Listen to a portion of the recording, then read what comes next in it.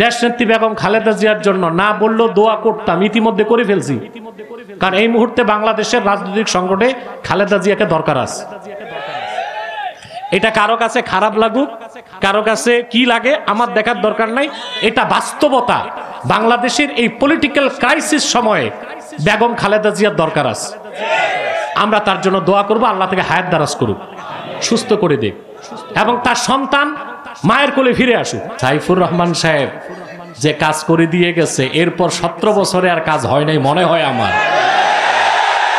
বক্তব্যের শুরুতেই আমি জনাব নাসির রহমানকে আমার পক্ষ থেকে অনুরোধ থাকবে, আল্লাহ যদি তাকে সুযোগ দেন, নির্বাচিত হয়ে সংসদে যান, আমি আশা করি তিনি মন্ত্রিত্ব পাবেন ইনশাআল্লাহ। তো সিলেটবাসী মুসলমানের পক্ষ থেকে একটা কাজ তাকে করতে হবে, একটি পূর্ণাঙ্গ ইসলামী বিশ্ববিদ্যালয় হযরত শাহজালালের নামে সিলেটে স্থাপন করতে হবে। গত পূজায় দেখছি অনেক আলেম বক্তা হিন্দুদের মন্দিরে দৌড়াচ্ছে। শুধু মূর্তির সামনে মাথা নত করা শিরক নয়, মূর্তি পূজার সমর্থন দেওয়াও শিরক। এই কাজগুলো কেন হয়েছে? 2 পয়সার ভোটের জন্য।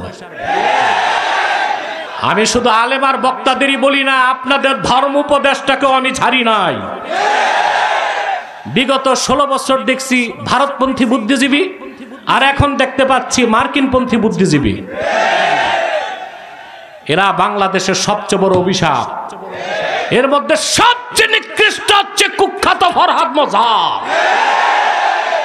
সুস্পষ্ট ঘোষণা দিচ্ছি, শাহজালালের বাংলায়, শাহপরানের বাংলায়, কারামত আলীর বাংলায় বহুত্ববাদকে প্রতিষ্ঠিত হতে দেওয়া হবে না। বহুত্ববাদ প্রতিষ্ঠায় পয়সা আসে জর্জ সরস থেকে। এটা হচ্ছে মার্কিন ধনকুব, সে ডিপ স্টেটের অংশ। আব্দুল মালেক সাহেব আছে, তার মাধ্যমে এটা খবরটা লন্ডন পৌঁছাইতে হবে। তারেক জিয়া আসতে পারে না তার মাকে দেখতে। এই বহুত্ববাদ প্রতিষ্ঠা করতে যারা চায়, সে জর্জ সরসের কুলাঙ্গার অনুসারীদের কারণে। আমি তাকে বলেছি, সাবধান হয়ে যাও ফরহাদ। বাড়াবাড়ি করলে যদি তৌহিদি জনতা মাঠে নামে, কোদাল দিয়া দাড়িগুলো চেষে জুতা পেটা করে বাংলাদেশ থেকে বহিষ্কার করবে তোমাকে। দুঃখ লাগে NCP, national children party, sorry national change party, কি বলেন ন্যাশনাল সিটিজেন পার্টি। আচ্ছা, এই সিটিজেন পার্টি বা চাইল্ড পার্টি বা চেঞ্জ পার্টি যেটা কোন, এরা পক্ষ নিছে বাউলদের। তাহরিকে খাতমে নবুয়ত বাংলাদেশ, মৌলভীবাজার জেলা এবং ঐতিহ্যবাহী ইনসানিয়া ট্রাস্টের উদ্যোগে আয়োজিত আজকের মহতি মাহফিলের সম্মানিত সভাপতি জনাব আব্দুর রহিম আনসার মিয়া এবং আরেক পর্বের সভাপতি মাওলানা জাবিদুর রহমান সাহাব, উপস্থিত উলামায়ে কেরাম, বিশেষ করে আজকে উপস্থিত আছেন রাজনীতির কিংবদন্তি রাজনীতিবিদ জনাব সাইফুর রহমান সাহেবের সুযোগ্য সন্তান নাসির রহমান, উপস্থিত ইংল্যান্ডের মাটিতে যে লোক বাংলাদেশের জন্য বছরের পর বছর সংগ্রাম করেছে, জনাব আব্দুল মালেক সাহেব, অন্যান্য রাজনৈতিক দলের সম্মানিত নেতৃবৃন্দ, আগত শ্রোতা মণ্ডলী, প্রশাসনিক দায়িত্বে নিয়োজিত আমার আইন প্রয়োগকারী সংস্থার কর্তব্যরত দায়িত্বশীলগণ, মিডিয়া কর্মী, সাংবাদিক বৃন্দ, সকলকে আমার পক্ষ থেকে হৃদয় নিংড়ানো ভালোবাসা, শুভেচ্ছা এবং অভিনন্দন জ্ঞাপন করছি। সবটুকুন শুকরিয়া আল্লাহ তাআলার জন্য, যিনি আজকের এই বরকতপূর্ণ মাহফিলে আমাদেরকে আসার বসার তৌফিক মেহেরবানি করে ভিক্ষা দান করেছেন। সেজন্য আসুন আমরা সকলে একবার অবনত চিত্তে হৃদয়ের আবেগ অনুভূতি উজাড় করে সমবেত কণ্ঠে বলি আলহামদুলিল্লাহ, অগণিত অসংখ্য দরুদ ও সালাম আল্লাহর সৃষ্টির প্রধান আকর্ষণ, বিশ্বসভার সভাপতি, সকল নবী রাসূলগণের মাথার তাজ, শামসুল হিদায়াত, বদরুদ্দুজা, সাইয়্যিদুস সাকালাইন, ইমামুল মুরসালিন, খাতামুন নবিয়্যিন ওয়াল মুরসালিন, আফতাবে নবুওয়াত, শাহনশাহে রিসালাত, সরকারে দো জাহাঁ, সুলতানুল মদিনা, নবিয়ুল আম্বিয়া, হুজুরে আকরাম, নূরে মুজাসসাম, নূরুন আলা নূর, সাইয়্যিদিনা হাবিবিনা শফিঈনা মাওলানা মুহাম্মদ সাল্লাল্লাহু আলাইহি ওয়াসাল্লামের উপর আল্লাহ তাবারাক ওয়া তাআলা যাকে আজ থেকে প্রায় ১৫০০ বছর আগে প্রেরণ করেছেন সর্বশ্রেষ্ঠ ও সর্বশেষ নবী ও রাসূল হিসেবে, যার পরে আজ পর্যন্ত পৃথিবীতে অবশ্যই কোনো প্রকার নবী কিংবা রাসূল অবশ্যই আসে নাই, অবশ্যই এখনো নাই, অবশ্যই কিয়ামত পর্যন্ত আসবে না। সম্মানিত সুধী, সেই সন্ধ্যা থেকে আপনারা বসে আছেন। আমি কোরআন কারীম সূরা রা'দ থেকে দুটো আয়াত তেলাওয়াত করেছি, ২৬, ২৭ এবং ২৮। এই দুটো আয়াতকে কেন্দ্র করে আপনাদের ইহকালীন কল্যাণ ও পরকালীন মুক্তির জন্য কিছু কথা নির্ভরযোগ্য মুহাদ্দিস এবং মুফাসসিরদের দৃষ্টিকোণ থেকে আপনাদের সামনে উপস্থাপন করব ইনশাআল্লাহ। যদি আল্লাহ আমাকে আপনাদেরকে তৌফিক ভিক্ষা দান করেন, বলুন আল্লাহুম্মা আমিন। আমার আসতে খুব দেরি হয়েছে, আল্লাহর বিশেষ দয়ায় আমার ফ্লাইট মিস হতো, কিন্তু আল্লাহর হুকুম আধা ঘন্টা লেট হয়ে গেছে ফ্লাইট, আমি আসতে পেরেছি। তারপর ১ ঘন্টার পথ আসতে লেগেছে আমার ২ ঘন্টা। পথঘাট খুব বিধ্বস্ত আপনাদের। এগুলো দ্বিতীয় বিশ্বযুদ্ধে বোমা পড়ার পর ঠিক হয়েছে কিনা জানি না, তবে সাইফুর রহমান সাহেব যে কাজ করে দিয়ে গেছে, এরপর ১৭ বছরে আর কাজ হয় নাই মনে হয় আমার। আশা করা যায় সামনে কাজ হবে।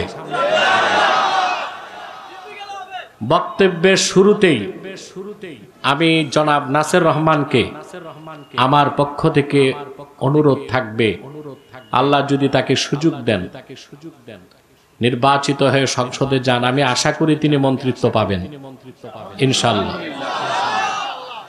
তো সিলেটবাসী মুসলমানের পক্ষ থেকে একটা কাজ তাকে করতে হবে, একটি পূর্ণাঙ্গ ইসলামী বিশ্ববিদ্যালয় হযরত শাহজালালের নামে সিলেটে স্থাপন করতে হবে। ওনার সাথে আমার প্লেনে সাক্ষাতের পরই আমি চিন্তা করেছি এটা বলবো, এটা দরকার। কুষ্টিয়া ইসলামী বিশ্ববিদ্যালয় অনেক দূরে, ঠিক না? এটা হওয়ার কথা ছিল ঢাকাতে, কিন্তু সব সময় নাস্তিকদের একটা ক্ষুদ্র দল ইসলাম বিরোধিতায় লিপ্ত থাকে।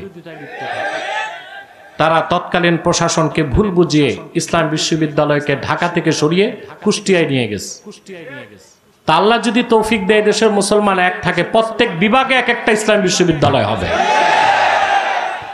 আমি দ্বিতীয়টা চাই সিলেটে, আল্লাহ যেন তৌফিক দেন, বলুন আল্লাহুম্মা আমিন।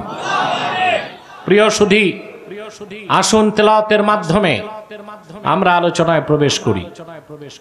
আউযু বিল্লাহি মিনাশ শাইতানির রাজীম।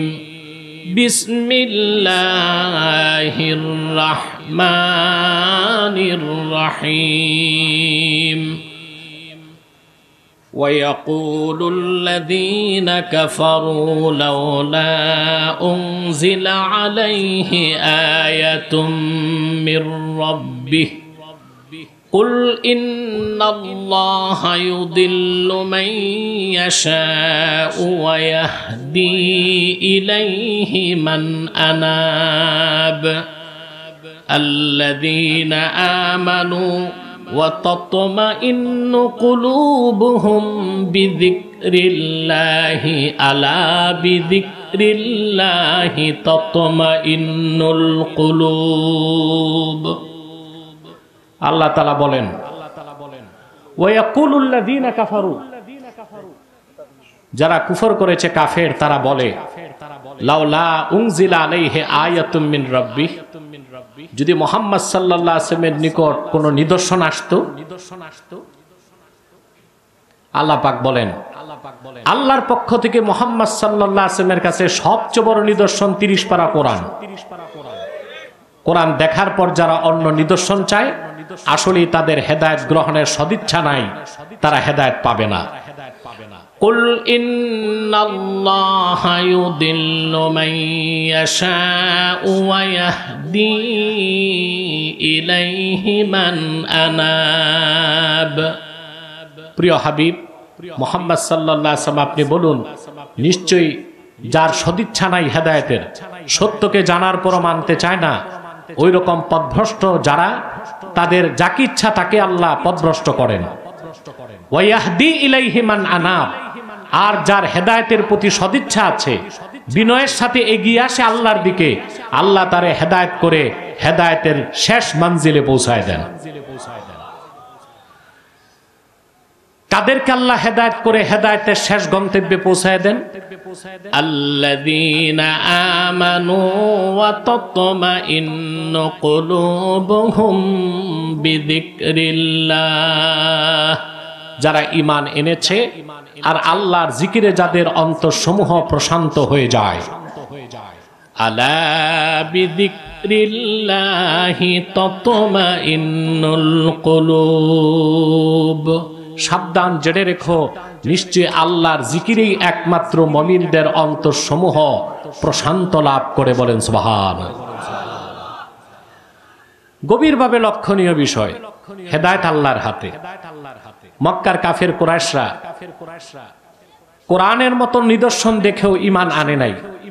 ঈমান না আনার জন্য তারা অজুহাতগুলো তুলতে লাগলো, এটা না হয়ে যদি এটা হতো, এটা না এসে যদি এইটা আসতো। যেমন তারা একবার বলল, আল্লাহ রাব্বুল আলামিন বলেন, ওরা বলল, ওয়ালাউ আন্না কুরআনান সুয়িরাত বিহিল জিবালু আও কুত্তিআত বিহিল আরদু আও কুল্লিমা বিহিল মাউতা বাল লিল্লাহিল আমরু জামিআ। কাফিররা বলল, লাউ আন্না কুরআনান সুয়িরাত বিহিল জিবাল, যদি মুহাম্মদ সাল্লাল্লাহু আলাইহি ওয়াসাল্লামের নিকট এমন একটা কোরআন আসতো যার দ্বারা পাহাড়গুলো উড়তো। বলেন নাউজুবিল্লাহ। ঈমান না আনার অজুহাত। আও কুত্তিআত বিহিল আরদ, কিংবা এমন কোরআন হতো যার দ্বারা জমিনগুলো ফেটে যেত। আও কুল্লিমা বিহিল মাউতা, কিংবা মৃত মানুষগুলোকে কথা বলানো হতো। আল্লাহ বলে দিলেন, বাল লিল্লাহিল আমরু জামিয়া, এই সব কাজ আল্লাহর ইখতিয়ারভুক্ত। কাফেররা যা দেখতে চাইবে তা দেখাতে আল্লাহ বাধ্য নন, কারণ ওরা যে নিদর্শনগুলো দেখতে চায় ওই সব কিছুর চেয়ে সেরা নিদর্শন 30 পারা কোরআন। এটা দেখার পরও যারা হেদায়েত পায় না, বুঝতে হবে হেদায়েত গ্রহণের সদিচ্ছা তাদের নাই, আল্লাহ তাদেরকে হেদায়েত দিবেন না। কাফেরদের প্রশ্নের জবাবে ওরা যখন আজে বাজে কথা বলতে লাগলো, আল্লাহ তখন স্পষ্ট বলে দিলেন, ওরা যতগুলো নিদর্শন দেখতে চায় সব দেখালো তারা ঈমান। আপনাকে মাহফিলে না কবরস্থানে? বুঝবো কেমন করে? আমার সাথে কমিউনিকেশন থাকতে হবে। আল্লাহ বললেন, ওদেরকে সব নিদর্শন দেখালো, ওরা ঈমান। হেদায়েত কার হাতে? আল্লাহ রাব্বুল আলামিন বলেন, ওয়ালাউ আন্নানা নাযালনা ইলাইহিমুল মালাইকাতা ওয়া কাল্লামাহুমুল মাউতা ওয়া হাশারনা আলাইহিম কুল্লা শাইইন কুবুলাম মা কানু লিয়ুমিনু ইল্লা আন ইয়াশা আল্লাহ ওয়ালাকিন্না আকসারাহুম ইয়াজহালুন। আল্লাহ রাব্বুল আলামিন বলেন, প্রিয় হাবিব মুহাম্মদ সাল্লাল্লাহু আলাইহি ওয়াসাল্লাম, আল্লাহর পক্ষ থেকে যাদের জন্য হেদায়েত নাই, ওই সমস্ত অবিশ্বাসী কাফেরদের কাছে আল্লাহ বলেন, আমি যদি ফেরেশতা নাজিল করি কিংবা মৃত মানুষগুলোকে উঠে তাদের সাথে কথা বলানো হয়, তারা যা দেখতে চায় সব কিছু যদি তাদের সামনে উপস্থিত করা হয়, আল্লাহ যাদেরকে চান তারা ছাড়া তাদের মধ্যে বাকিরা ঈমান আনবে না। কারণ ওই সব নিদর্শনের চেয়ে বড় নিদর্শন এই কোরআন। সুবহানাল্লাহ বলেন।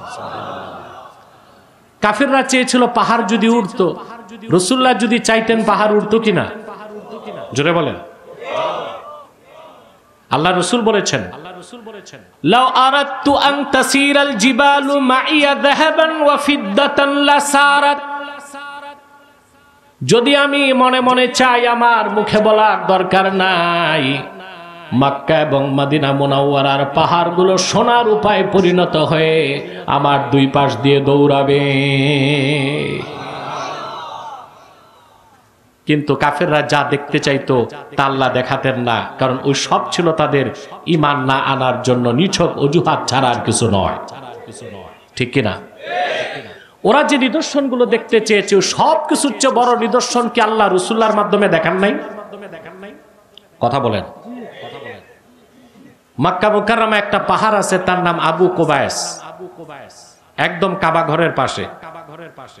যে পাহাড়টার উপর বাদশাহ বাড়ি বানিয়েছে, বাদশাহ ফাহাদ, শুনছেন না? আমাদের দেশে অনেক মৌলবী সাহেব আছে, কথায় কথায় সৌদি আরবের রাজা বাদশাদের সমালোচনা করে। একটা বদ অভ্যাস হয়ে গেছে যে ওনারা কি করে, ওনারা যা করছে তার 1 কোটি ভাগের 1 ভাগ তোমরা করতে পারো নাই। অন্তত আমেরিকার সাথে চ্যালেঞ্জ করে হলেও মধ্যপ্রাচ্যের স্বার্থ সৌদি আরবে যারা দায়িত্ব নেয় তারা আদায় করে যাচ্ছে। বাদশাহ ফাহাদ বাড়িটা বানিয়েছিল পাহাড়ের উপর, যেন আল্লাহর ঘর দেখে দেখে ইবাদত করতে পারে। এটা তার উদ্দেশ্য ছিল। এটা হচ্ছে আবু কুবায়স, পৃথিবীর প্রথম পাহাড় এটাই। হাদিস শরীফে এসেছে, রাসূলুল্লাহ সাল্লাল্লাহু আলাইহি ওয়াসাল্লাম ইরশাদ করেছেন, আউয়ালু জাবালিন খালাকাহুল্লাহু ফিল আরদে আবা কুবায়স, এই পৃথিবীতে প্রথম যে পাহাড় আল্লাহ সৃষ্টি করছেন ওটা আবু কুবায়স। রাসূলুল্লাহ সাল্লাল্লাহু আলাইহি ওয়াসাল্লাম সাহাবায়ে কেরামকে নিয়ে এই পাহাড়ের সামনে দাঁড়িয়ে আছেন। এমন সময় কুরাইশদের নিকৃষ্ট নেতা আবু জেহেল তার সাঙ্গপাঙ্গ নিয়ে হাজির। এসে বলল, মুহাম্মদ সাল্লাল্লাহু আলাইহি ওয়াসাল্লাম, আপনি যত নিদর্শন দেখিয়েছেন সব তো জমিনে, আকাশে তো দেখান নাই। রাসূলুল্লাহ বলেন, কি দেখতে চাও? সে বলল, আপনি কি পারবেন পূর্ণিমার এই চাঁদকে 2 টুকরা করতে? কারণ আবু জেহেল কাফের ছিল, কাফেরদের নিকৃষ্ট নেতা ছিল, দুষ্ট নেতা ছিল, খারাপ ছিল, কিন্তু ওর জাগতিক জ্ঞান প্রচুর ছিল। ও জানতো জাদু, ব্ল্যাক ম্যাজিক, জাদু আকাশে ক্রিয়াশীল নয়। সেজন্য সে বলছে, আপনি কি পারবেন চাঁদকে 2 টুকরা করতে? আল্লাহর কোরআন সাক্ষ্য দেয়, আল্লাহর হাবিব শাহাদাত আঙ্গুলি দিয়ে ইশারা করলেন। রাসূলুল্লাহর আঙ্গুলের ইশারায় লক্ষ লক্ষ মাইল দূরের পূর্ণিমার চাঁদ 2 টুকরা হয়ে 2 খণ্ড পাহাড়ের 2 পাশে সরে যায়। কোরআনে কারীম আল্লাহ তাআলা বলেন, ইকতারাবাতিস সাআতু ওয়ানশাক্কাল কমর ওয়া ইয়ারাউ আয়াতান ইউরিদু ওয়া ইয়াকুলু সিহরুম মুস্তামির। আল্লাহ পাক বলেন, কিয়ামত নিকটবর্তী হলো, আমার হাবিবের আঙ্গুলের ইশারায় চাঁদ 2 টুকরা হয়ে গেল। কিন্তু কাফেরেরা নিদর্শন দেখলে তা গ্রহণ করতে চায় না, তারা মুখ ফিরিয়ে নেয় আর তারা বলে এটা চলমান জাদু। বলেন নাউজুবিল্লাহ। আবু জেহেল জানতো আকাশে জাদু ক্রিয়াশীল, কথা বলেন, কিন্তু দেখে ফেলার পর আর ঈমান আনতেছে না। আবু জেহেল তখন মিটিং বসছে। আবু জেহেলেরও যে একটা সংসদ ছিল এটা জানেন? কথা বলেন। আবু জেহেলের পার্লামেন্ট ছিল কুরাইশদের, ওইটার নাম দারুন নাদুয়া। কি নাম? ওই পার্লামেন্টের সদস্য ছিল 7 জন। আবু জেহেল, উতবা, শাইবা, মুগীরা, আবুল বুখতারি, আখনাস বিন শরীক, এরকম 7টা। এটার তো আর স্টার বলা যায় না, 7 ডেভিল, 7 শয়তান। এর মধ্যে শয়তান আকবর, বড় শয়তান ছিল আবু জেহেল। সে ইসলামের বিরুদ্ধে তাদের পার্লামেন্টে স্পিকারের ভূমিকা পালন করত। সে বলল ঘটনা তো ঘটেই গেল, এটা তো জাদু হতে পারে না। ওরা তখন সিদ্ধান্তে পৌঁছলো, যদি এটা জাদু হয়ে থাকে তাহলে আমরাই দেখছি, পৃথিবীর অন্য এলাকার লোক দেখবে না। আর যদি অন্য এলাকার লোকেরাও দেখে থাকে, অবশ্যই এটা জাদু নয়, এটা আল্লাহর নিদর্শন, রাসূলুল্লাহ দেখিয়েছেন। বলেন সুবহানাল্লাহ। এবার তারা ছোট ছোট গ্রুপ তৈরি করে চারপাশে ছড়ায় দিল। যারা ইয়ামান থেকে আসতেছে, বাহরাইন থেকে, সুদান থেকে, হাবাসা থেকে, দামেস্ক থেকে, তাদের থেকে রিপোর্ট নিতে চাঁদ দুই টুকরার ঘটনা তারাও দেখছে কিনা। আরবের চারপাশ থেকে, দুনিয়ার বিভিন্ন প্রান্ত থেকে যত কাফেলা আসলো তারা সবাই বলল, হ্যাঁ আমরা দিব্য জেগে জেগে রাতের বেলা দেখেছি চাঁদ দুই টুকরা হয়েছে। কেন হয়েছে তা জানি না।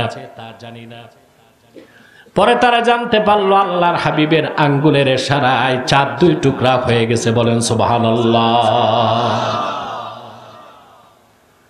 আরব তার আশপাশের মানুষ দেখছে তাই না, দূরের মানুষও দেখছে। আল্লামা সৈয়দ আনোয়ার কাশ্মীরি রাহমাতুল্লাহি আলাইহি বুখারী শরীফের বিখ্যাত সরা ফায়জুল বারীতে তার তথ্য এসেছে, কদ শাহাদাহু রাজুলুম মিনাল হিন্দে ইসমুহু ভুলরাজ। আল্লাহর রাসূল যখন মক্কায় চাঁদকে দুই টুকরা করে দেখালেন, মক্কা থেকে হাজার হাজার মাইল দূরে ভারতের ভূপালের হিন্দু রাজা ভোলরাজ নিজ চোখে তা দেখতে পেয়েছে। সুবহানাল্লাহ বলবেন না। সকালবেলা সে, রাতে আর ঘুম আসে নাই, সকালে সব ডাকছে, জ্যোতিষদেরকে ডেকেছে, ধর্মের পণ্ডিতদেরকে ডেকেছে, বলল আমি গত রাতে দেখলাম পূর্ণিমার চাঁদ দুই টুকরা হয়ে গেছে। তারা জিজ্ঞেস করলো স্বপ্নে দেখেছেন? বলে না, দিব্য জেগে জেগে দেখেছি। বলে আমাদেরকে একটু সময় দেন। কিছুক্ষণ পর তারা জানালো যা দেখছেন সত্য দেখছেন। বলে কি?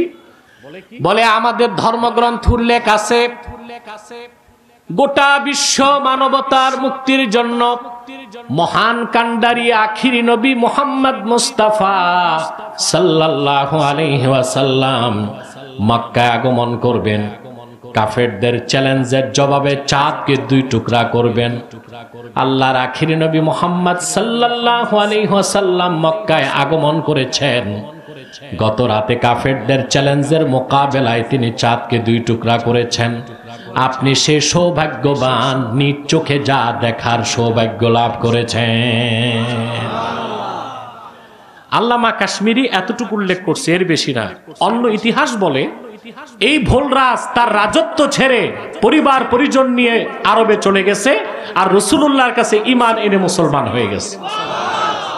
কিন্তু পাশে দাঁড়ায় আবু জেহেল ঈমান আনে নাই। কারণ কুল ইন্নাল্লাহা ইউদিল্লু মান ইয়াশাউ ওয়া ইয়াহদি ইলাইহি মান আনাব।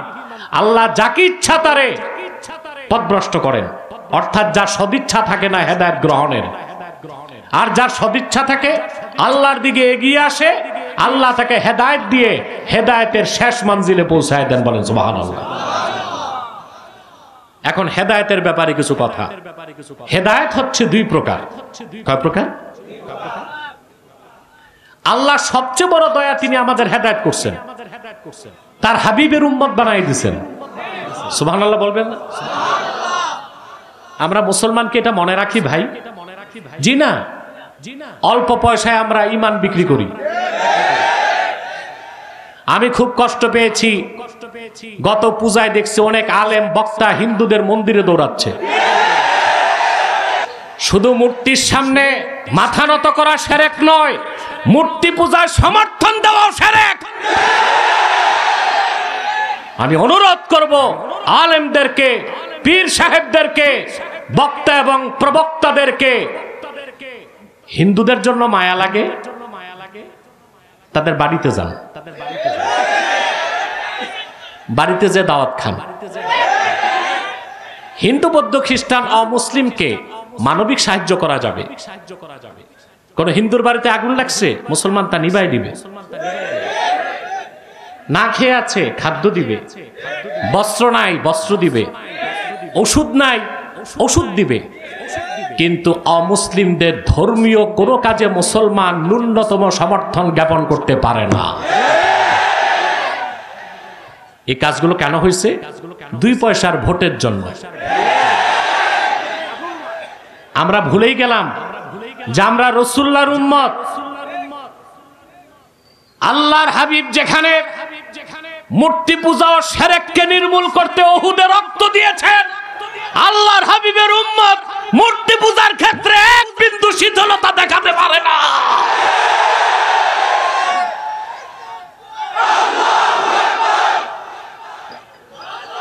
আমি শুধু আলেম আর বক্তাদেরই বলি না, আপনাদের ধর্ম উপদেশটাকেও আমি ছাড়ি নাই।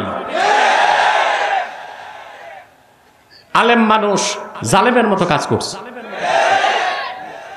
বৌদ্ধদের মণ্ডপে, খ্রিস্টানদের গির্জায়, হিন্দুদের মূর্তির সামনে। কেন? বুদ্ধি নাই মাথায়। একটা সংখ্যালঘু মন্ত্রণালয় করলেই তো হয়। কথা বুঝেন নাই? ধর্ম মন্ত্রণালয় থাকবে, সারা দেশ দেখবে। সংখ্যালঘুদের জন্য এই যে এখানে সব দলের লোক আছে, বিএনপি শীর্ষ নেতারা, এখানে জামাত ইসলামীর প্রতিনিধি আছে, খেলাফত মজলিসের আছে। আমাদের আলাউর রহমান টিপু কোন দল জানি না।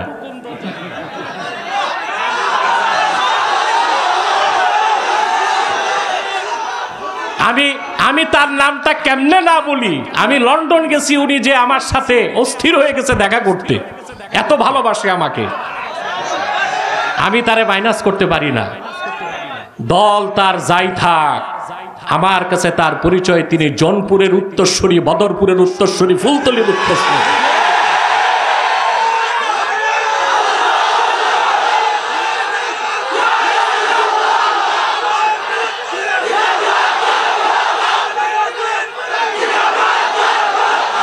প্রিয় বন্ধুগণ, আমি এই বিভিন্ন রাজনৈতিক দলের নেতৃবৃন্দর কাছে অনুরোধ থাকবে, ধর্ম মন্ত্রণালয় যেহেতু আছে, তো ধর্মমন্ত্রী তো মুসলিম হবেই। আর সেই মুসলিম মন্ত্রীর পক্ষে তো পূজা মণ্ডপে যাওয়া যায় না। একটা সংখ্যালঘুদের জন্য আলাদা বেঞ্চ করা হোক, যেখানে অমুসলিমদের পক্ষ থেকে একজন ধর্মমন্ত্রীর অধীনে থেকে কাজ করবে। তাইলে আর সমস্যা হয় না, আর পূজা মণ্ডপে যাওয়ার দরকার হয় না, গির্জায় যাওয়ার দরকার হয় না। মনে রাখবেন, মুসলমান বেদাতের বিরুদ্ধে ফতুয়া দেন, শিরিক করে বসে আছেন। শিরক ছাড়তে হবে। শিরক আর কুফরের সাথে মুসলমান কোনোদিন আপোষ করতে পারে না।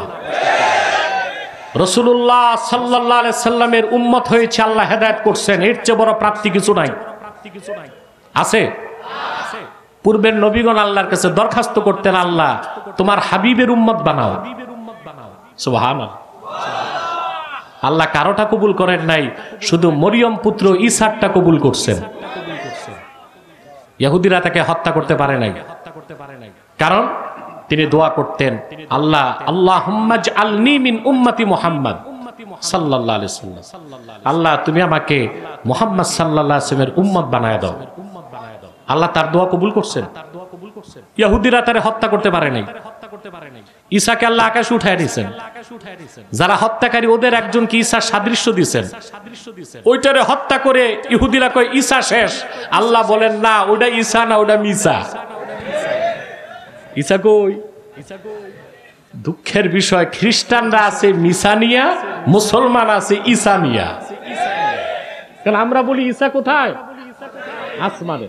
আর খ্রিস্টানরা মনে করে ঈসাকে ক্রুশবিদ্ধ করা হয়েছে, যেটা থিওরি অফ ক্রুশিফিকেশন। এই যে সালিব, ক্রুশ গলায় লাগায় খ্রিস্টানরা, সম্পূর্ণ ধর্মীয় বিশ্বাসটাই একটা মিথ্যা মতবাদের উপর দাঁড়ায় আছে। ঈসাকে তো হত্যাই করা হয় নাই, আকাশে আছে। কিয়ামতের আগে আল্লাহ তাকে নামাবেন দুনিয়ায় দাজ্জালকে হত্যা করতে, তখন তার পরিচয় নবী হবে না, উম্মত হবে। বলেন সুবহানাল্লাহ। সেজন্য বলি, মুসলমান পূর্বের নবীগণ যার উম্মত হতে চাইতেন, ঈসা নবী দরখাস্ত করে যার উম্মত, আমরা সেই আখিরি নবী মুহাম্মদ সাল্লাল্লাহু আলাইহি ওয়াসাল্লামের উম্মত বিনা দরখাস্তে। জীবন চলে যাবে, ঈমান দিব না। বলেন, জীবন চলে যাবে, ঈমান দিব না। এই ক্ষেত্রে কোনো আপোষ। হেদায়েত দুই প্রকার। কয় প্রকার? একটা হচ্ছে ইরাআতুত তারিক, পথ দেখায় দেওয়া। আরেকটা হচ্ছে ইসাল ইলাল মাতলুব, হাত ধরে হেদায়েতের শেষ গন্তব্যে পৌঁছায় দেওয়া। সুবহানাল্লাহ বলেন। হেদায়েতের পথ দেখায় কোরআন। কে দেখায়? আর সেই পথে পৌঁছায় দেয় কে? আল্লাহ। কে পৌঁছান? আমি আপনাদেরকে হাদিস শরীফ থেকে দুইটা দৃষ্টান্ত দিচ্ছি।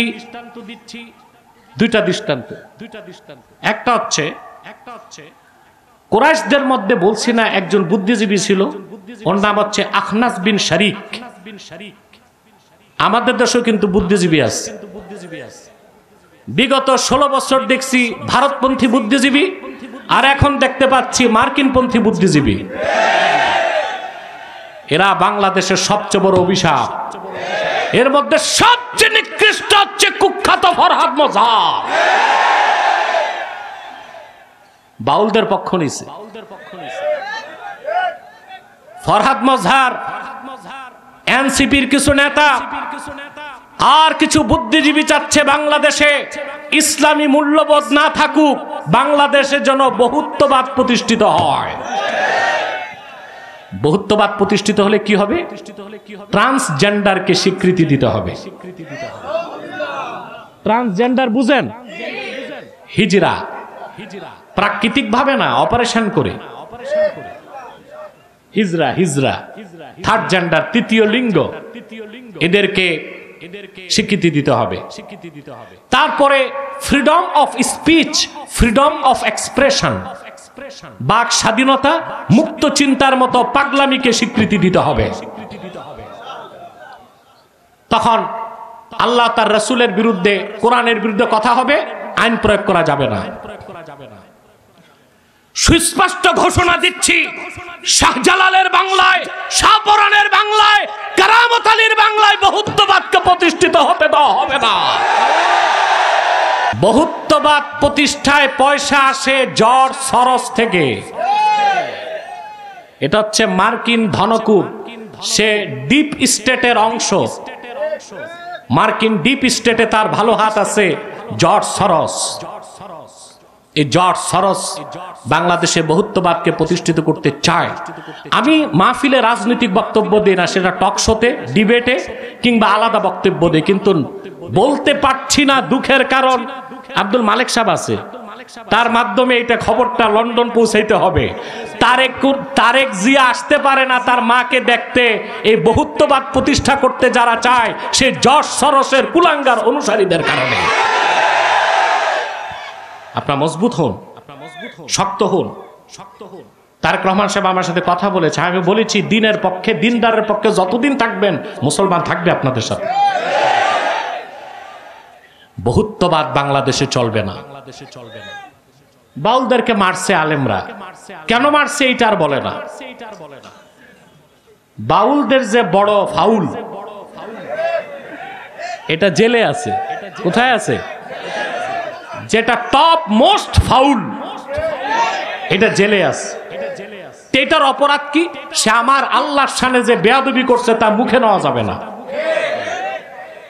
শরীয়ত মোতাবেক তার তো মৃত্যুদণ্ড বাজি। মোটে সরকার ফাঁসি, মোটে সরকার অ্যারেস্ট করছে। ফরহাদ মজহার মাঠে নামছে, আলেমদের দেখে নিবে, কিন্তু আল্লাহর সামনে বেয়াদবি করছে, সেটার বিচার তুমি চাও না। আবার সাক্ষাৎকারে এসে বলতেছে সরকারকে আমাকে অ্যারেস্ট করতে, জানাতুল্লাহ আব্বাসীকে অ্যারেস্ট করতে হবে। আমি নাকি গৃহযুদ্ধ লাগাতে চাই বাংলাদেশে। আমি তাকে বলেছি সাবধান হয়ে যাও ফরহাদ, বাড়াবাড়ি করলে যদি তৌহিদি জনতা মাঠে নামে, কোদাল দিয়া দাড়িগুলো চেষে জুতা পেটা করে বাংলাদেশ থেকে বহিষ্কার করবে তোমাকে। স্পষ্ট মনে রাখবেন, ইসলাম বাক স্বাধীনতাকে স্বীকৃতি দেয়, কিন্তু বাক স্বেচ্ছাচারিতাকে স্বীকৃতি দেয় না। বাক স্বাধীনতা এক বিষয়, বাক স্বেচ্ছাচারিতা আরেক বিষয়। আচ্ছা ভাই, বাক স্বাধীনতা মানে ফ্রিডম অফ স্পিচ হচ্ছে যা মন চায় তা বলা, এটা মানুষের কাজ। আপনি যে আপনার শ্বশুরকে বলেন দুলাভাই কেমন আছেন, দোষ হবে? কথা বলে না। আরে ভাই, বউটি কারো মুশকিল হবে। আপনি যদি বলেন this is my freedom of speech, এটা আমার বাক স্বাধীনতা, কেউ মানবে? দুঃখ লাগে NCP, national children party, sorry national change party, কি বলেন ন্যাশনাল সিটিজেন পার্টি।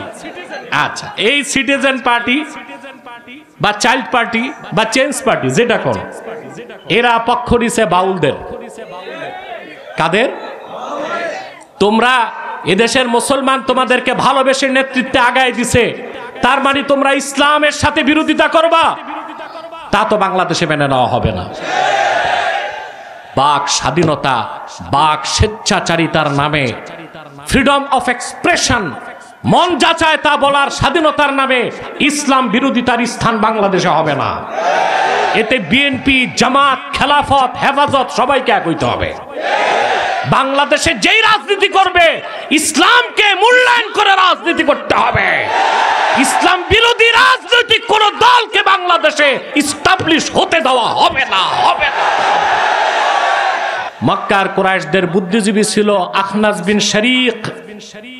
কি নাম? ওই বেটারও দাড়ি ছিল। কি ছিল? হয়তোবা পাগড়িও লাগাইতো, পড়তো তো জুব্বাই, ছিল কট্টর কাফের, কাফেরদের বুদ্ধিজীবী। সে এসে একদিন আবু জেহেলকে বলল, আবু জেহেল আমি একটা প্রশ্ন করব, তুমি উত্তর দিবা? বলে করো।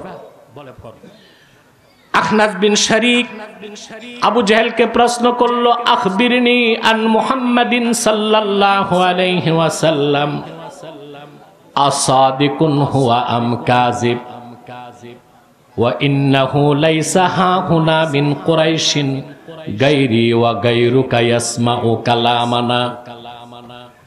আখনাস বিন শরীক আবু জেহেলকে বলল, আবু জাহাল আমি একটা প্রশ্ন করছি, তোমাকে সত্য করে জবাব দিবা। মুহাম্মদ সাল্লাল্লাহু আলাইহি ওয়াসাল্লাম যা বলেন তা সত্য কিনা আমাকে বলো। এখানে কুরাইশদের মধ্যে তুমি আর আমি ছাড়া কেউ নাই আমাদের কথা শুনবে, কিন্তু আল্লাহ শুনছিলেন কিনা? আবু জেহেল জবাব দিল, ক্বালা ওয়াইহাকা ওয়াল্লাহি ইন্না মুহাম্মাদান সাল্লাল্লাহু আলাইহি ওয়াসাল্লাম আলা সাদিকুন ওয়া মা কাযাবা মুহাম্মাদুন সাল্লাল্লাহু আলাইহি ওয়াসাল্লাম কাত্তু। সে বলল, কাবার মালিক আল্লাহর কসম, আমি আবু জেহেল সাক্ষী দিচ্ছি, কাবার মালিক আল্লাহর কসম, নিশ্চয়ই মুহাম্মদ সাল্লাল্লাহু আলাইহি ওয়াসাল্লাম মহাসত্য নবী। কোনদিন একটা মিথ্যা কথা ওনাকে বলতে শুনি নাই। সত্যকে চিনছে কিনা? কথা বলে না। সত্যকে মানতে পারছে? তাহলে পথ চিনা এক বিষয়, পথ পাওয়া আরেক বিষয়। একটা হচ্ছে ইরাতুত তারিক, সত্যের পথ চিনতে পারা, আরেকটা হচ্ছে সেই পথে চলতে পারা। প্রথমটার কাজ করে কোরআন, হকের পথ দেখায় দেয়, সেই পথে চলবে কে চলবে না সিদ্ধান্ত কে নেন? সুবহানাল্লাহি বিহামদিহি। আরেকটা হাদিস শোনাচ্ছি আপনাদেরকে কোরআন শরীফের এই বিষয়টি বোঝানোর জন্য। কষ্ট হচ্ছে না তো? মনোযোগ আছে তো? কিতাবুল মাগাজি হাদিস নাম্বার 3950। রাসূলুল্লাহ সাল্লাল্লাহু আলাইহি ওয়াসাল্লামের বিশিষ্ট সাহাবী সাদ বিন মুআজের বন্ধু ছিলেন উমাইয়া ইবনু খালাফ। উমাইয়া ইবনু, সে ছিল কুরাইশদের সেকেন্ড ইন কমান্ড।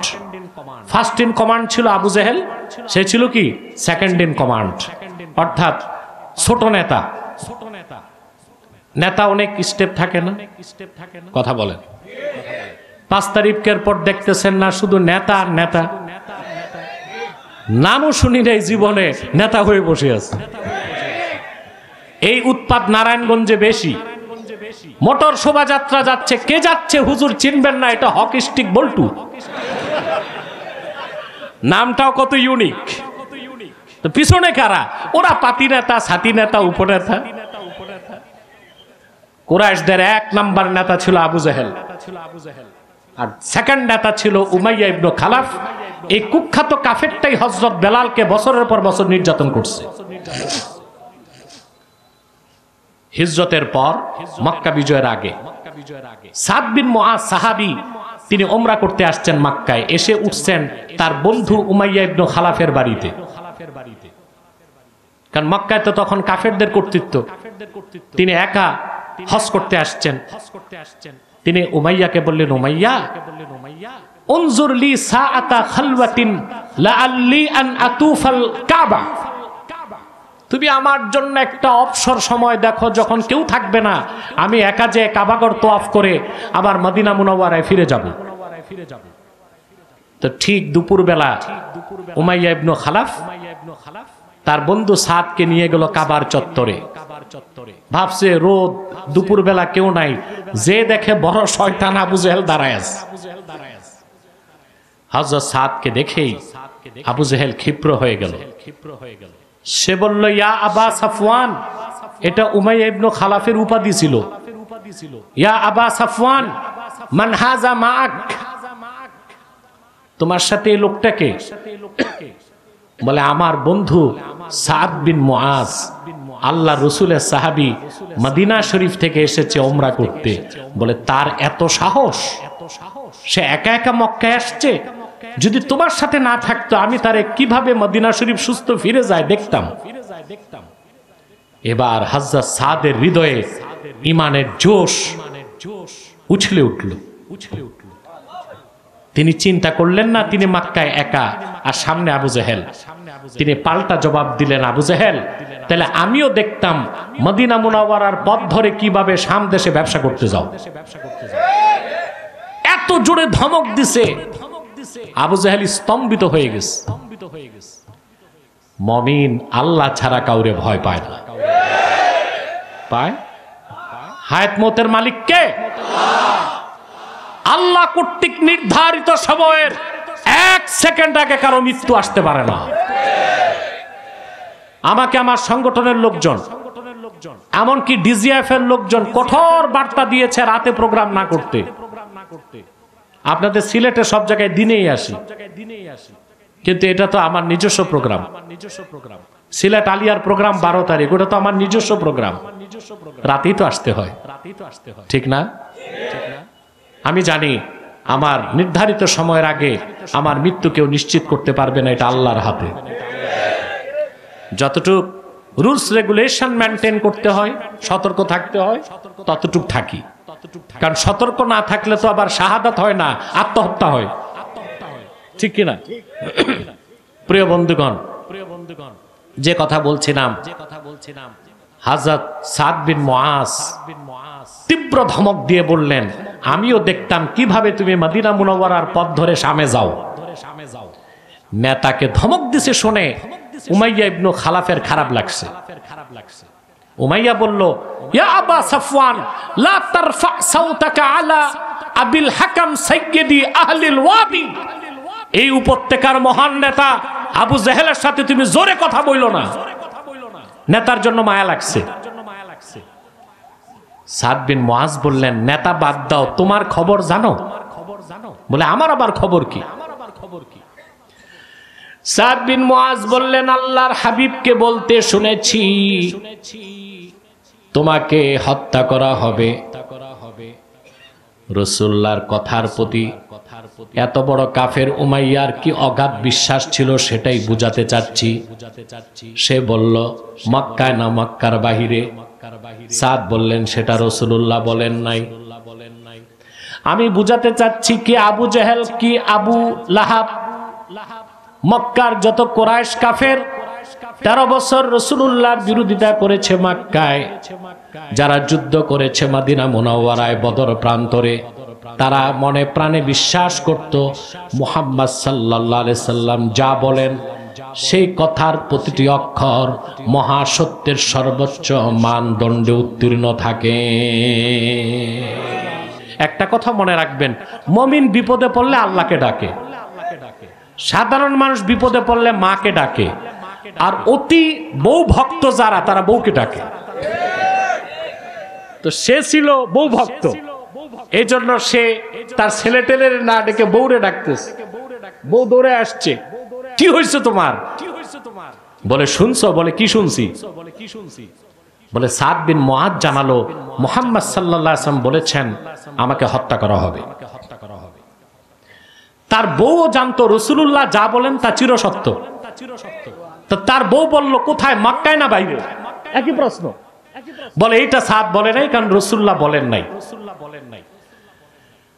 উমাইয়া ইবনে খালাফ আবু সাফওয়ান তার বউকে বলল তুমি সাক্ষী থাকো, ওয়াল্লাহি লা আখরুজু মিন মক্কাহ, আল্লাহর কসম আজ থেকে আর আমি মক্কার বাইরে যাব না।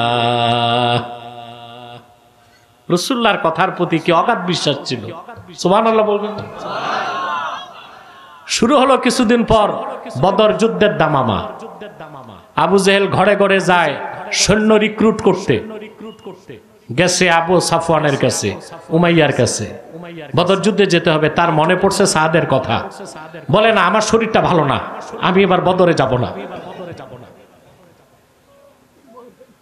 আবু জেহেল ছিল দুষ্ট নেতা, পামপট্টি জানতো, নেতারা যেগুলো জানে।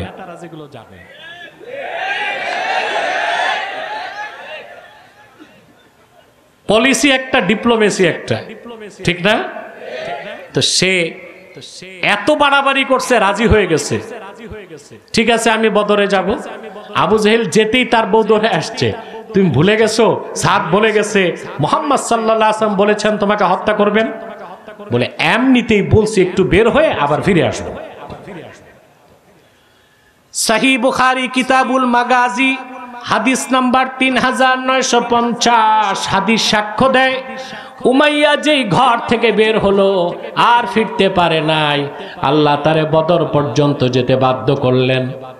আল্লামা বদরুদ্দিন আইনি লেখেন ফাকাদ্দারাল্লাহু কাতলাহু বিয়াদি বেলালিন মুআজ্জিনি রাসূলিল্লাহি সাল্লাল্লাহু আলাইহি ওয়াসাল্লাম। যেই বেলালকে বছরের পর বছর নির্যাতন করেছে রাসূলুল্লাহর মুআজ্জিন, সেই বেলালের হাতে বদর প্রান্তরে আল্লাহ তাআলা উমাইয়ার মৃত্যুকে নিশ্চিত করে দিলেন। আমি বুঝাতে চাইলাম আবু জাহেল সহ সমস্ত কাফেররা জানতো, মদিনা মুনাওয়ারার সমস্ত ইহুদিরাও জানতো মুহাম্মদ সাল্লাল্লাহু আলাইহি সাল্লাম আল্লাহর আখিরি নবী, কোরআন হচ্ছে আল্লাহর বাণী। কিন্তু তাদের সবার পক্ষে ঈমান আনা সম্ভব হয় নাই, কারণ হেদায়েত দুই প্রকার, একটা ইরাতুত তারিক পথ দেখায় দেওয়া, আরেকটা হচ্ছে ইসালিলাল মাতলুব সেই পথে চলতে দেওয়া। এটা আল্লাহর হাতে। সেজন্য আল্লাহ বলেছেন ইন্নাল্লাহা ইউদিল্লু মাইয়াশা ওয়া ইয়াহদি ইলাইহি মান আনাব। আল্লাহ যাকে খুশি তারে পথভ্রষ্ট করেন, আর বিনয়ের সাথে সদিচ্ছা নিয়ে যে আল্লাহর দিকে এগিয়ে আসে আল্লাহ তারে হেদায়েত দিয়ে কামিয়াব করে দেন। এখন চলে যাচ্ছি পরের আয়াতে। বলবো একটা মানুষেরও মাথা নড়ানো যাবে না। আমি আজকে নন ব্রেক চলেছি, একেবারে নারায়ণগঞ্জ থেকে ঢাকা আসতে মোটামুটি ওই সময়ে চিটাং যাওয়া যায়, এরপর প্লেন, তারপর সিলেট, তারপর ওখান সিলেট নামলাম, ওখান থেকে আসলাম। আমাকে মোহন বলেছিল একটু রেস্ট নিতে, কিছু খেতে। আমি দেখলাম মানুষের কষ্ট হবে, আমি না খেয়ে মানুষ কষ্ট না পাক, এটা হচ্ছে আমার ইচ্ছে। আমি আপনাদের আগেই ছেড়ে দিব, কিন্তু যে মেসেজটা দিচ্ছি তা পুরাটা নিতে হবে ইনশাআল্লাহ। আল্লাহ তাআলা বলেন আল্লাহ বিনয়ের সাথে যারা এগিয়ে আসে তাদের যে হেদায়েত দিবেন, এরা কারা? আল্লাহ বলেন আল্লাযীনা আমানু ওয়া তাতমাইন্নু কুলুবুহুম বিযিকরিল্লাহ। যারা ঈমান এনেছে আর আল্লাহর জিকিরে যাদের অন্তর প্রশান্তি লাভ করে, বলেন সুবহানাল্লাহ। এখন তো প্রশ্ন আসে যারা ঈমান এনেছে তাদের আবার হেদায়েত করার দরকার কি? প্রশ্ন আসে। এখানেই হচ্ছে বিষয়টা অত্যন্ত সূক্ষ্ম। একটা হচ্ছে ঈমান আনা। ঈমান আনার দিক দিয়ে সাহাবায়ে কেরামের ঈমান যেমন ছিল আমাদেরও ঈমান ওই রকম। পার্থক্যটা হয় ইয়াকিন। পার্থক্য কি? ইয়াকিন। ঈমান হচ্ছে ইকরার বিল শাহাদাতাইন, কালেমা মুখে উচ্চারণ, আর তাসদিক বিল জানান, অন্তরে বিশ্বাস। ইমানের যেই অংশটা অন্তরের বিশ্বাসের সাথে, ওইটার নাম ইয়াকিন। ওই ইয়াকিন সবার সমান হয় না। যারা ইমান আনার পরে আল্লাহর জিকির মানে এখানে সকাল সন্ধ্যার জিকির নয়, এখানে জিকির মানে 30 পারা কোরআন। যত বেশি কোরআন পড়বে, কোরআন গবেষণা করবে, তাদের ইয়াকিনকে আল্লাহ তাআলা বাড়াতে বাড়াতে অন্তরে তাদের ইয়াকিনকে চূড়ান্ত করে দিবেন, ইমানকে পরিপূর্ণ করে দিবেন। তারা হেদায়েতের শেষ মঞ্জিলে পৌঁছে যাবে। দুইটা বিষয় খুব সংক্ষেপে বলছি। একটা হচ্ছে জিকির। এখানে আল্লাহ যে জিকিরের কথা বলছেন, এই জিকিরটা সকাল সন্ধ্যার জিকির না। এই জিকির মানে কি? জোরে বলতে হবে। সকাল সন্ধ্যার জিকিরটাও জিকির, সেটা নফল। সেটা কি? কাবাগর তোয়াফ করাও জিকির, এটা ফরজ। সাফা মারওয়ায় দৌড়ানোটা জিকির, এটা হচ্ছে ওয়াজিব। 5 বার আযান দেওয়া জিকির, এটা সুন্নতে মুআক্কাদা। 5 ওয়াক্ত নামাজও জিকির, এটা ফরজ। আর 30 পারা কোরআনকেও আল্লাহ জিকির বলেছেন, এটা ঈমান। সকাল সন্ধ্যার জিকির যদি কেউ না করে, সে কাফের বেঈমান হবে না, সৌভাগ্য থেকে বঞ্চিত হবে। ঠিক না? 5 ওয়াক্ত নামাজ জিকির, এটা যে বাদ দিবে, সে কাফের হবে না, ফাসেক হবে। 30 পারা কোরআন জিকির, এটা এমন জিকির যার একটা বাক্যের, একটা শব্দের, একটা অক্ষরকে কেউ বাদ দিলে কাফের হয়ে যাবে। এখানে আল্লাহ যে বলেছেন, আমার জিকিরেই, আল্লাহর জিকিরেই মুমিনদের অন্তর প্রশান্ত হয়। এখানে জিকির মানে কোরআন, অর্থাৎ কোরআন কারীম যত পড়বে বান্দা, তার ইয়াকিন তত বাড়তে থাকবে। সুবহানাল্লাহ। ইয়াকিন বাড়তে বাড়তে চূড়ান্ত রূপ যখন লাভ করবে, তখন তার ইসলামের কোনো বিষয়ে আর সন্দেহ থাকবে না। সন্দেহ থাকবে না। আমি একটা দৃষ্টান্ত দিচ্ছি আপনাদেরকে। আল্লাহ যে মৃতকে জিন্দা করবেন, এটা বিশ্বাস করেন সবাই? ঈমান তো সবার আছে, ইয়াকিন কি সবার সমান? ইয়াকিন সবার সমান নাই তো। এখন আমি আপনাদেরকে নিয়ে রাজপথে নামি, মিছিলে সবাই স্লোগান দিবেন, বাঁচলে শহীদ, বাঁচলে গাজী, মরলে শহীদ। পুলিশ একটা টিয়ার সেল মারবে, ঠুস, সব ফুস, ময়দান খালি। আমি যে কই আছি এটা দেখবেন না, তাই না বাস্তবতা? ঈমান আনার পরে ইয়াকিনটা সবার চূড়ান্ত পর্যায়ে যায় না। হযরত ইব্রাহিম আলাইহিস সালামের দৃষ্টান্ত কোরআন কারীমে আল্লাহ তাআলা দিয়েছেন সূরা বাকারায় 260 নম্বর আয়াতে। সুবহানাল্লাহ। হযরত ইব্রাহিম একদিন আল্লাহকে ডেকে বললেন, রব্বি আরিনি কাইফা তুহিল মাউতা, হে আমার রব, তুমি আমাকে চোখে দেখায় দাও কিভাবে তুমি মৃতকে জিন্দা করো। সুবহানাল্লাহ বলেন। আল্লাহ রাব্বুল আলামিন বললেন, আওয়ালাম তুমিন, ইব্রাহিম, আমি যে মৃতকে জিন্দা করতে পারি তা কি তুমি বিশ্বাস করো না? তিনি বললেন, ক্বালা বালা ওয়ালাকিন লিয়াতমাইন্না কলবি। সব মুফাসসির একমত, এখানে অর্থ হচ্ছে লিয়াজদাদা ইয়াকিনি। আল্লাহ, মৃতকে তুমি জিন্দা করতে পারো তা বিশ্বাস করি, চোখে দেখাইলে আমার ইয়াকিনটা বেড়ে যাবে। ইয়াকিনটাই হচ্ছে ইতমিনানে কলব, স্যাটিসফ্যাকশন অফ মাইন্ড। অন্তরকে প্রশান্ত করে দেয় যখন অন্তরে ঈমানের নূর ছেয়ে যায় আর ইয়াকিনটা চূড়ান্ত হয়। সুবহানাল্লাহ বলেন। হযরত ইব্রাহিমকে আল্লাহ বললেন, ঠিক আছে ইব্রাহিম, তুমি 4টা পাখি নাও, তোমার কাছে পোষ মানাও, তারপর তুমি জবাই করে পাহাড়গুলোতে ছড়ায় দাও, তারপর তুমি ডাক দাও, সব জিন্দা হয়ে তোমার হাতে চলে আসবে। তিনি করলেন, চোখে দেখলেন, তার ইয়াকিনটা বেড়ে গেল। মনে রাখবেন মুসলমান, পয়গম্বর ইব্রাহিম চোখে দেখে যে বিষয়টায় হাক্কুল ইয়াকিন করলেন, ইয়াকিনটাকে বৃদ্ধি করলেন। রাসূলুল্লাহকে আল্লাহ 30 পারা কোরআন দিয়েছেন। রাসূলুল্লাহর উম্মতে কোরআনের সাথে সম্পর্ক করলেই চোখে না দেখে, চোখে দেখে ইব্রাহিম যে ইয়াকিন পেয়েছে, উম্মতে মুহাম্মদী চোখে না দেখে সেই ইয়াকিন পেয়ে যাবে। সেজন্য আল্লাহ বলেছেন, আলা বিযিকরিল্লাহি তাতমাইন্নুল কুলুব। সাবধান, জেনে রেখো, নিশ্চয় একমাত্র আল্লাহর জিকিরেই মুমিনদের অন্তরগুলো প্রশান্ত হয়। বলেন সুবহানাল্লাহ। কথাগুলো মনে থাকবে ইনশাআল্লাহ। সাদাকাল্লাহুল আযীম ওয়া সাদাকা রাসূলুহুন নবিয়ুল কারীম ওয়া নাহনু আলা যালিকা মিনাশ শাহিদিন ওয়াশ শাকিরিন আলহামদুলিল্লাহি রাব্বিল আলামিন। প্রিয় বন্ধুগণ, তাহরিকে খাতমের উপর বাংলাদেশ সারা দেশে কাজ করে যাচ্ছে অরাজনৈতিকভাবে। তাহরিকেরই স্লোগান বাংলাদেশে বাস্তবায়ন হচ্ছে, মাসলাক যার যার, দিন ইসলাম সবার। ঠিক কিনা?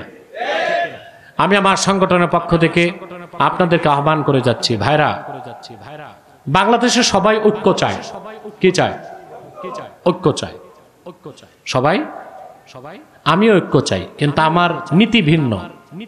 সবাই শুধু চায় রাজনৈতিক ঐক্য, আর আমি চাই অরাজনৈতিক ঐক্য।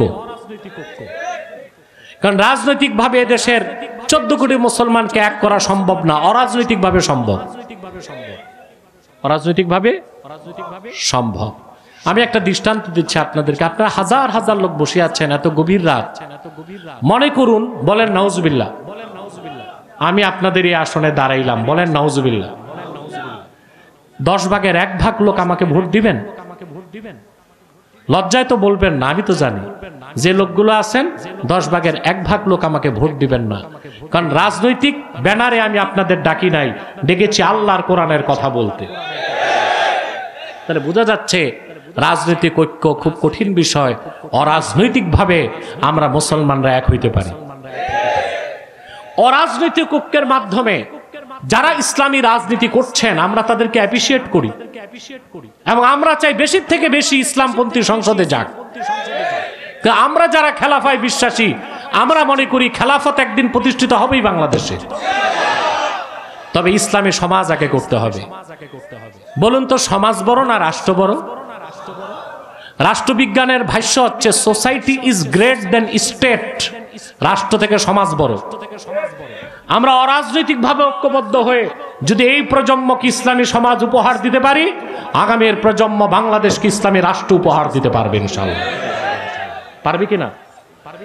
তা আসুন, এখানে আপনারা বিভিন্ন দলের লোক আছেন, এখানে আলিয়া মাদ্রাসার লোক আছেন, কমি মাদ্রাসার আছেন, জনপুর, বদরপুর, ফুলতলি, ফুরফুরা, বিভিন্ন মাসলাকের পীরমা শাইখদের অনুসারী আছেন, বিএনপি আছে, জামাত আছে, আওয়ামী লীগও আছে।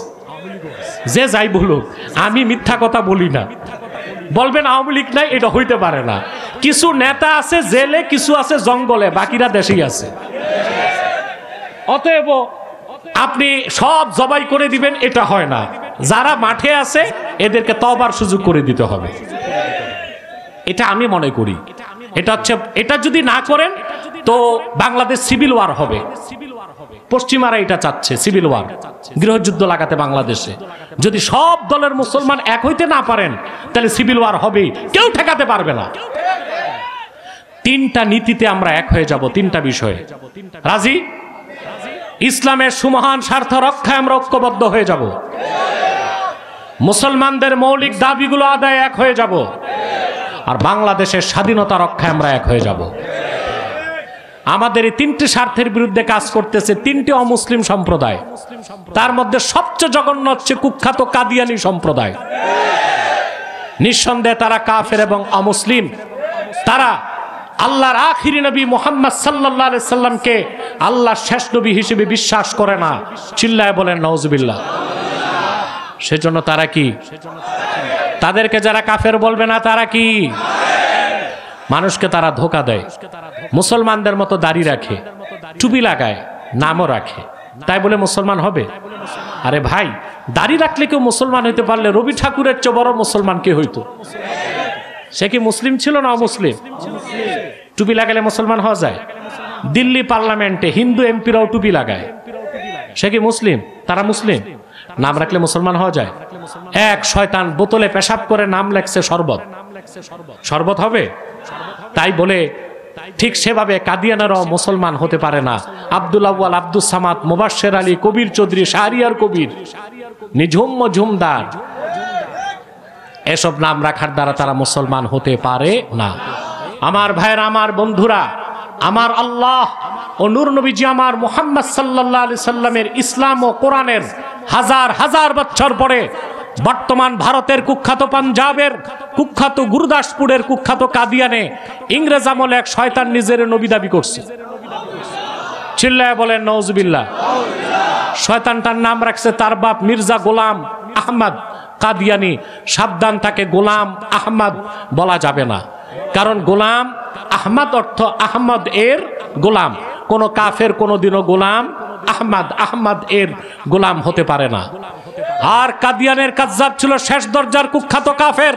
সে গোলাম আহমদ এর গোলাম ছিল না, সে ছিল কুখ্যাত শয়তানের কুখ্যাত গোলাম।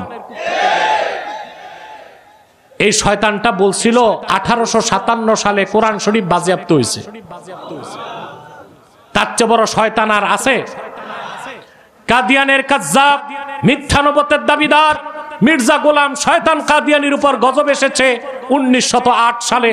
যখন গজব এসেছে, কাদিয়ানের কাজ্জাব, মিথ্যা নবুয়তের দাবিদার, ইংরেজদের পা চাটা গোলাম মির্জা গোলাম শয়তান কাদিয়ানি 1908 সালে ধ্বংস হয়ে কুখ্যাত জাহান্নামের কুখ্যাত কুকুরে পরিণত হয়েছে।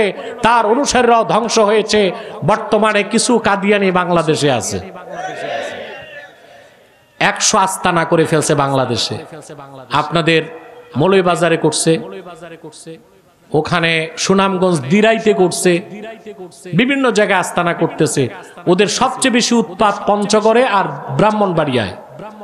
সবচেয়ে দুঃখজনক, আপনাদের সিলেট শহরে সোভানীঘাট এলাকায় কাদিয়ানির একটা আস্তানা করে ফেলেছে। এর চেয়ে বড় দুঃখজনক বিষয় আছে? 100 আস্তানা করে ফেলছে। নাম পরিবর্তন করে করে মিথ্যা পরিচয় দেয় তারা। কখনো নিজেদের পরিচয় দেয় আহমদী জামাত, কখনো বলে আহমদিয়া জামাত, কখনো বলে আহমদিয়া মুসলিম জামাত। সাবধান, যত কাদিয়ানি ছিল আছে থাকবে, তারা কেউ আহমদী জামাত নয়, আহমদিয়া জামাত নয়, আহমদী সম্প্রদায় নয়, আহমদিয়া সম্প্রদায় নয়, আহমদী মুসলিম জামাত নয়, আহমদিয়া মুসলিম জামাত নয়। তারা শয়তানি জামাত, কুখ্যাত জাহান্নামের কুখ্যাত কুকুরের দল। আমাদের সকল দলের একটাই দাবি, তাদেরকে অমুসলিম ঘোষণা করতে হবে। এই দেশে হিন্দু বৌদ্ধ খ্রিস্টান আছে না? যেহেতু সেকুলার রাষ্ট্র, হিন্দু বৌদ্ধ খ্রিস্টান তো থাকতেই পারে, কিন্তু আছে কি পরিচয়ে? অমুসলিম। তো অমুসলিম পরিচয় আছে, আমাদের সমস্যা আছে। তারপর হিন্দু বৌদ্ধ খ্রিস্টান তাদের উপাসনালয় কি মসজিদ বলে? কি বলে? গির্জা, প্যাগোডা, মন্দির। আমাদের সমস্যা আছে। কিন্তু কাদিয়ানিরা ইহুদিদের চেয়েও নিকৃষ্ট কাফের, কিন্তু তারা তাদেরকে মুসলিম দাবি করে। এইটা মেনে নেওয়া যেতে পারে না।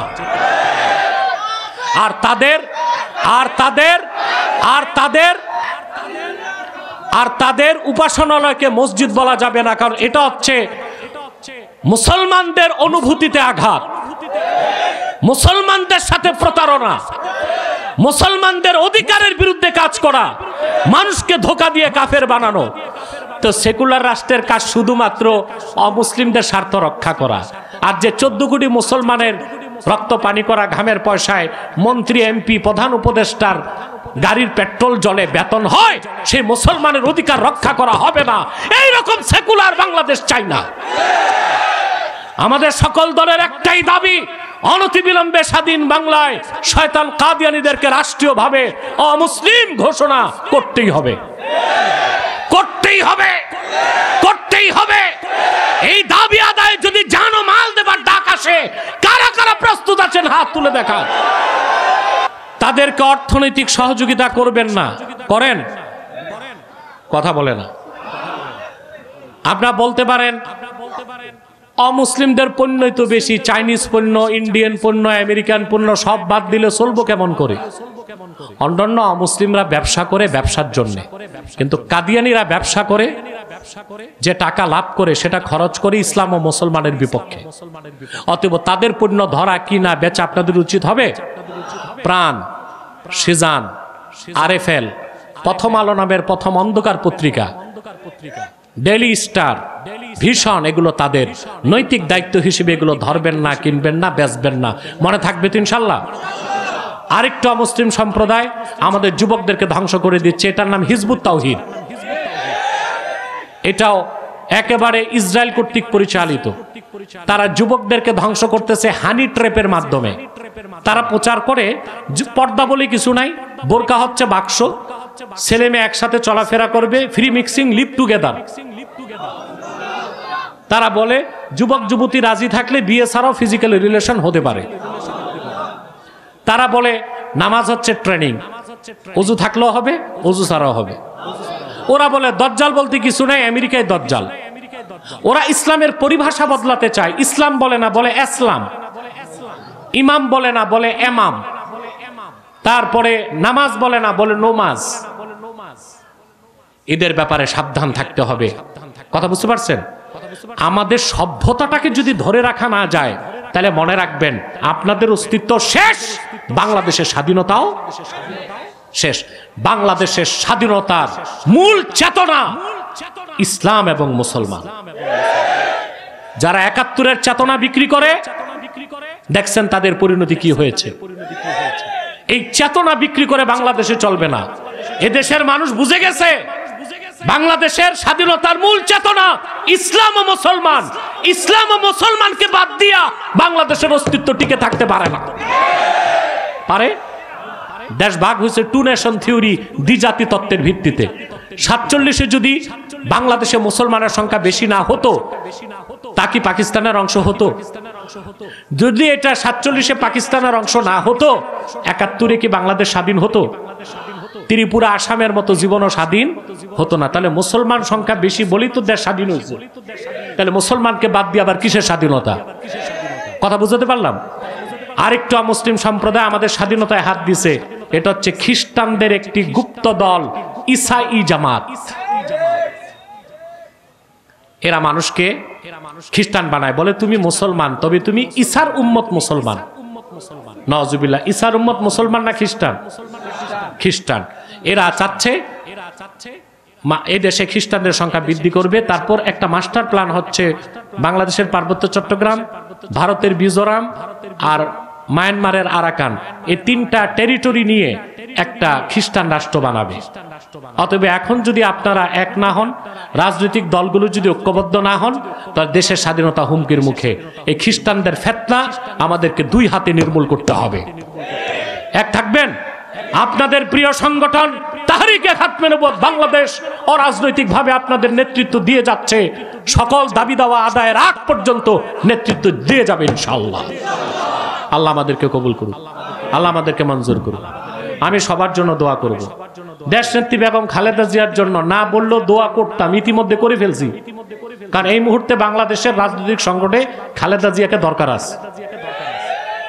এটা কারো কাছে খারাপ লাগুক, কারো কাছে কি লাগে আমার দেখার দরকার নাই। এটা বাস্তবতা। বাংলাদেশের এই পলিটিক্যাল ক্রাইসিস সময়ে বেগম খালেদা জিয়ার দরকার আছে। আমরা তার জন্য দোয়া করব, আল্লাহ থেকে হায়াত দারাজ করুক, সুস্থ করে দিক, এবং তার সন্তান মায়ের কোলে ফিরে আসুক, এটাও দোয়া করে দিবেন। এখানে যারা যারা বিভিন্ন রাজনৈতিক দল থেকে, মাওলানা আব্দুল মান্নান সাহেব এসেছেন, জামাতের প্রতিনিধি, ওখানে খেলাফতের মাওলানা আবু ইউসুফ। দেখেন তো, জীবনে প্রথম নাম শুনে আপনাদের নাম মুখস্থ রাখছি, আর আপনারা আমার নাম বলতে ৩০ বার ঠোক্কা খাইছেন। এটার কারণ আছে, আমারে চিনে শুধু আব্বাসী হুজুর নামে, এই পুরা নাম বলতে যেই প্যাচ লাগাই দিচ্ছে। তাদের জন্য দোয়া করবো আমি ইনশাল্লাহ। আরো যারা আছেন সবার জন্য দোয়া হবে। মোহন কাছে আলহামদুলিল্লাহ আমাদের তাহরিকে খাতমে নবুয়ত বাংলাদেশের পৃষ্ঠপোষকতাতেই মোহন ইনসানিয়া ট্রাস্টের কাজ করে যাচ্ছে গোটা সিলেট জুড়ে। আলহামদুলিল্লাহ বলেন। এর চেয়ে সুন্দর মানব সেবার কি আছে? সিলেটের যে কোনো রোগী কয়েক ঘন্টায় আইসিইউ অ্যাম্বুলেন্স আছে তাদের, এবং আমাকে পরিকল্পনার কথা বলেছে, আমি তো তাদের উপদেষ্টাও। আমাকে বলেছে তারা ভবিষ্যতে এয়ার অ্যাম্বুলেন্স চালু করবে ইনশাআল্লাহ। আল্লাহ এই সুযোগ দান করুক। তাহরিকে খাতমে নবুয়ত বাংলাদেশের খেদমতে আমি তাকে রাখছি। যুক্তরাজ্য শাখায় কাজ করে যাচ্ছে, মৌলভীবাজার সিলেটও কাজ করে যাচ্ছে। এখানে চান্দাই পীর সাহেব আছে, উনিও কাজ করেন। আরো যারা আছেন আল্লাহ রহমতে আমাদের সংগঠনে কাজ করছে, সবার জন্য দোয়া করবেন মন থেকে। পারবেন না ইনশাআল্লাহ? আজকে প্রশ্ন উত্তর থাক, আজকে থাক, আজকে অনেক রাত হয়ে গেছে। না না না, তো আরে শোনো শোনো, কথা শোনো। এখানে অনেক ৭০-৮০ বছর বয়সের মানুষ আছে। তোমরা তো জোয়ান মানুষ, এই বুড়া মানুষকে দেখতে হবে না আমার? আবার দিব উত্তর ইনশাআল্লাহ। ডিসেম্বরের 12 তারিখ আলিয়া মাঠে আমি আসতেছি ইনশাআল্লাহ। তাহরিকে খাতমে নবুয়ত বাংলাদেশের ব্যানারে বিভাগীয় সম্মেলন আলিয়া মাঠে 12ই ডিসেম্বর। আপনারা প্রস্তুত আছেন? দলে দলে ইনশাআল্লাহ চলে যাবেন, ব্যবস্থা মোহন করবে ইনশাআল্লাহ মৌলভীবাজার থেকে। আল্লাহ কবুল করুক, মঞ্জুর করুক। আমাদের সভাপতি মোহনের আব্বা, উনি একজন সমাজসেবক, শ্রমিক নেতা, আপনারা জানেন। জনাব আনসার সাহেব তার জন্য দোয়া করবেন, আল্লাহ যেন তাকে তার সন্তানদের উন্নতি দেখিয়ে তার চোখের শীতলতা বাড়ায় দেন। আসুন আমরা একটু সালাতু সালাম পড়ে নেই। সাল্লাল্লাহু ইয়া নবী সালামু আলাইকা ইয়া রাসূল সালামু আলাইকা ইয়া হাবিব সালামু আলাইকা সালাওয়াতুল্লাহু আলাইকা মুহাম্মাদুর রাসূলুল্লাহ সাল্লাল্লাহু আলাইহি ওয়াসাল্লাম খাতামাল্লাহু বিহিন নবুওয়াহ ওয়া হাকামা লা নাবিয়্যা বা'দাহু ইয়া নবী সালামু আলাইকা ইয়া রাসূল সালামু আলাইকা ইয়া হাবিব সালামু আলাইকা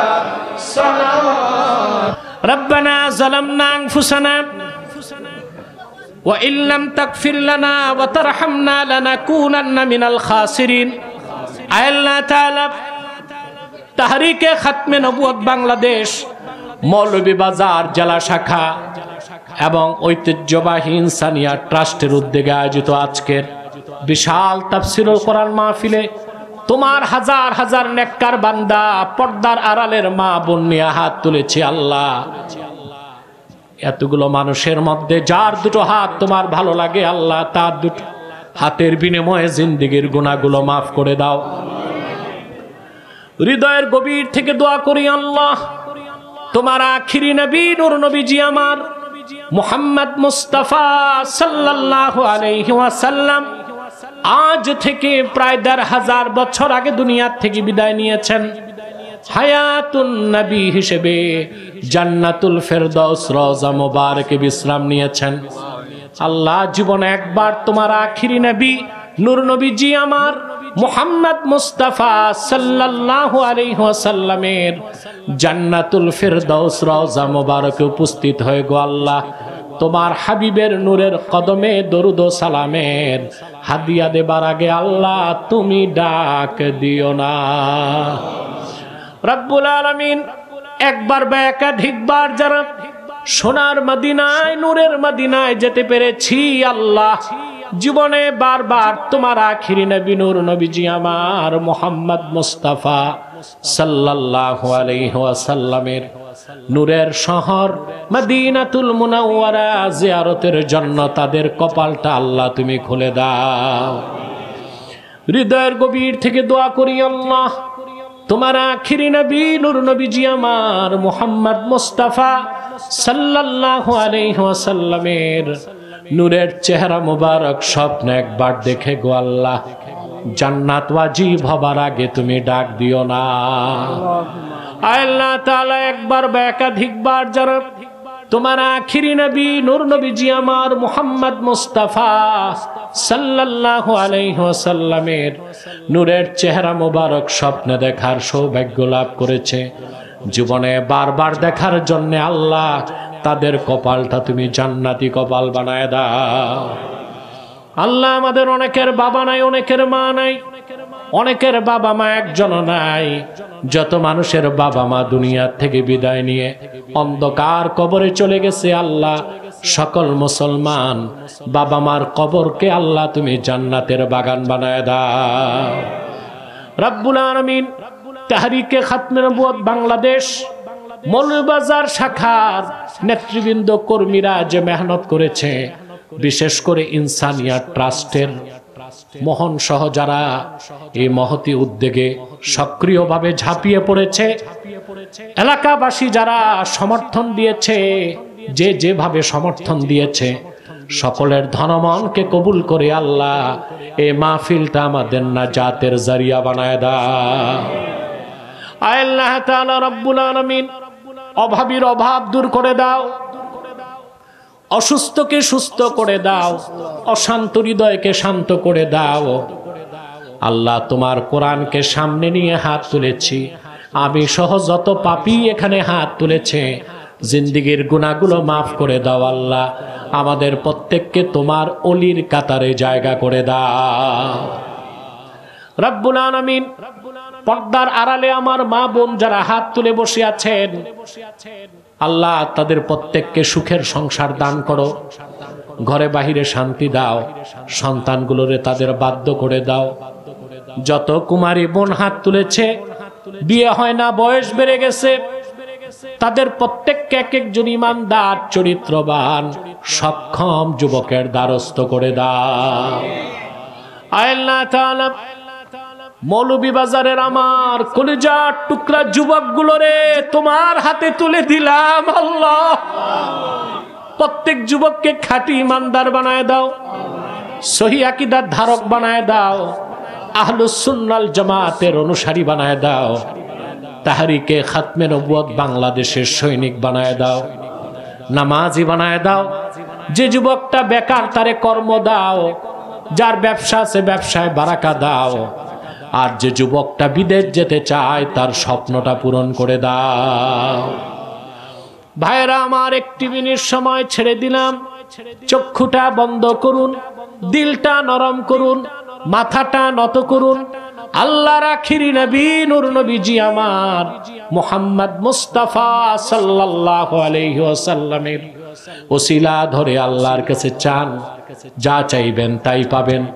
যদি পারেন ভাইরা, সারা জীবনের গুনার কথা মনে করে মুনাজাতে আত্মসমর্পণ করে আমার আল্লাহর কাছে 2 ফোঁটা চোখের পানি ছেড়ে দিন আল্লাহর জন্যে। তওবা কবুল হয়ে যাবে, দোয়াও কবুল হয়ে যাবে।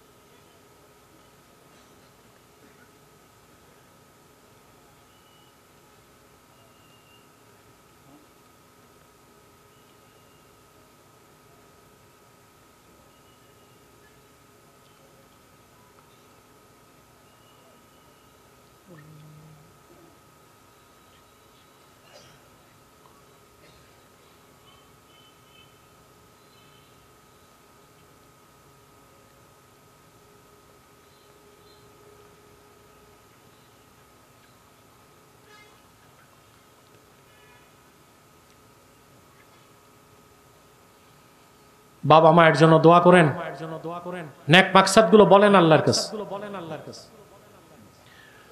আল্লাহুম্মা ইন্না নাতাওয়াসসালু ইলাইকা বিওয়াসিলাতি হাবিবিকাল মুহতারাম নবিকাল খাতিম সাইয়্যিদিনা ওয়া সাইয়্যিদিল আবরার নবিয়িনা ওয়া নবিয়িল আমবিয়া মুহাম্মদ ইবনে আব্দুল্লাহ নবিয়্যিল্লাহি রাসূলিল্লাহ সাল্লাল্লাহু আলাইহি ওয়াসাল্লাম الذي أكملت به قصر النبوة وحكمت لا نبي بعده وأعلنت في القرآن بالبرهان أن محمدا صلى الله عليه وسلم خاتم النبيين والمرسلين قبل 1500 سنة وصلى الله